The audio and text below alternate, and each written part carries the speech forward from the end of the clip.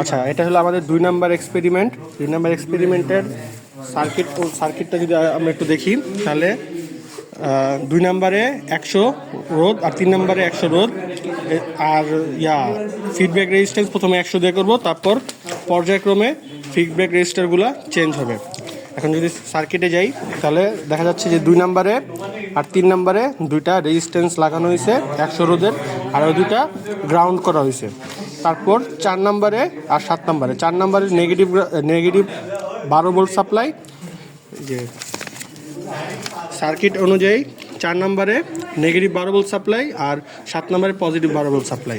Negative 12 volt supply, 7 নাম্বারে positive 12 volt supply, আর তার উপরে একটা 100K রেজিস্টার ফিডব্যাক হিসেবে ইউজ করা হয়েছে 2 নাম্বার থেকে 6 নাম্বারে। এই যে রেজিস্টারটা যেটা 2 নাম্বার দেওয়া হয়েছে, 2 নাম্বার থেকে 6 নাম্বারের সাথে কানেক্ট করা আউটপুট। এখন আমাদের কাজ হলো আউটপুট মাপা। আউটপুট মাপবো কীভাবে?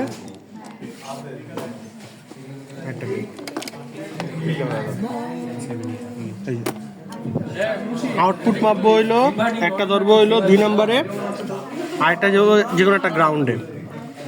2 নাম্বারে আর যে কোনো একটা ওই কোনা লাগিয়ে গেছে তারের লগে। আচ্ছা, তাহলে এন্ড দেখি। আচ্ছা, তাহলে এরকম অনেক ছোট একটা মান আসবে। মান যেটাই আসুক, প্রসেস এটাই, ঠিক আছে? 9.2 মিলিভোল্ট, মানে ওই পাশে ওই গ্রাউন্ডে ধরলে সেম আসে, যে গ্রাউন্ডে ধরুক সেম আসে। এভাবে যে ভোল্টেজটা পাইলাম সেটা হলো আউটপুট অফসেট ভোল্টেজ। এখন এরকম প্রত্যেকবার ফিডব্যাক রেজিস্টারের মানটা চেঞ্জ করব, তাহলে আমরা এই ছকটা, এই ছকটা প্রত্যেকবার আউটপুট অফসেট ভোল্টেজ চেঞ্জ করলে প্রত্যেকবার ছকটা চেঞ্জ হবে। আর ইনপুট অফসেট ভোল্টেজ যেটা, সেটা হলো আমাদের ক্যালকুলেশনের মাধ্যমে বাই করতে হবে। আরেকটা কনসেপ্ট যেটা আছে, সেটা হলো আউটপুট অফসেট ভোল্টেজ কম্পেনসেশন। মানে কম্পেনসেশনের মানে এখানে মেন কারণ হলো আমাদের এখানে 1 নাম্বার আর 5 নাম্বার, মানে যেটা হলো অফসেট নালে আমাদের একটা 5 কিলোর পোটেনশিওমিটার লাগিয়ে এটাকে আমাদের আউটপুট ভোল্টেজটাকে 0 করতে হবে। এটার কোনো ক্যালকুলেশন নেই, খালি আমাদের কাজটা হলো আউটপুট ভোল্টেজটা 0 করে স্যারকে দেখানো, মানে ল্যাব পরীক্ষার সময় স্যারকে এটা ইউজ করে স্যারকে দেখানো যে এটা আউটপুট ভোল্টেজটা 0 হয়। এটা কানেকশনটা কী হবে 1 নাম্বার আর 5 নাম্বারে? আমরা 1 নাম্বার আর 5 নাম্বার আগে থেকেই তার কানেক্ট করে রাখছি। এই 1 নাম্বার আর 5 নাম্বারে তার কানেক্ট করা ছিল,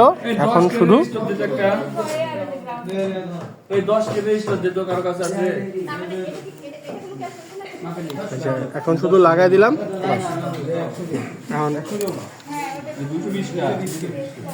এখন জাস্ট মাইপা আমাদের আউটপুট ভোল্টেজটা যে 0 হয়, সেটা জাস্ট আমার দেখানো হলো আমাদের কাজ।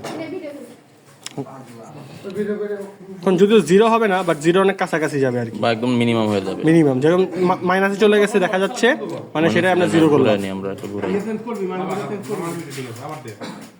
অলমোস্ট 0 বা -0 পয়েন্ট সামথিং মিলিভোল্ট, যেটা আসলে অ্যাকসেপ্টেবল। আচ্ছা, ঠিক আছে, ক্যালকুলেট করবে, সমস্যা নেই। ভালো করে ধরছি। মাইনাসে চলে গেছে, মানে মোটামুটি 0-র কাছাকাছি। আমরা ঘোরাবো তো তখন না শূন্য। এখানে লেখাই আছে যে due to the potentiometer sensitivity, এই পোটেনশিওমিটারের সেন্সিটিভিটি অনেক বাজে, তাই output offset volt may not be exactly 0, মানে 0-র কাছাকাছি হবে, বাট 0 হবে না। Minimum something millivolt will be acceptable. আমাদের মাইনাস সামথিং মিলিভোল্ট আসছে, তাই আমরা এটা অ্যাকসেপ্ট করতে পারি। আর এই পর্যন্ত আমাদের 2 নাম্বার শেষ।